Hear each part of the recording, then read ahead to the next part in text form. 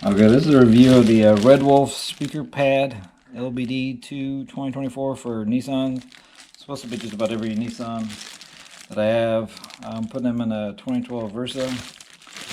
So I got a pair of these. The only problem is the holes are the perfect size for the screws, but the screws are a little longer than these holes.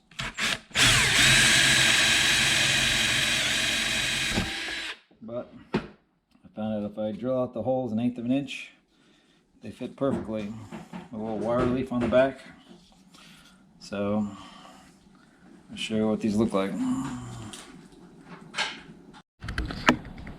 Okay, so here's the adapter I'm using, the Red Wolf, whatever. But fits perfectly with these new Pioneer. Oh, there's Kenwood speakers. As you can see, so no modifications to the vehicle.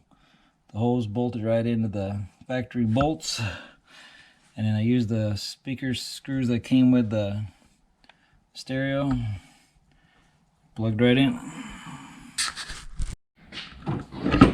So here's the speakers I'm installing on the Versa 2012.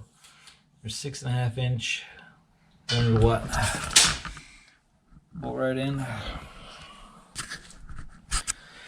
with these adapters.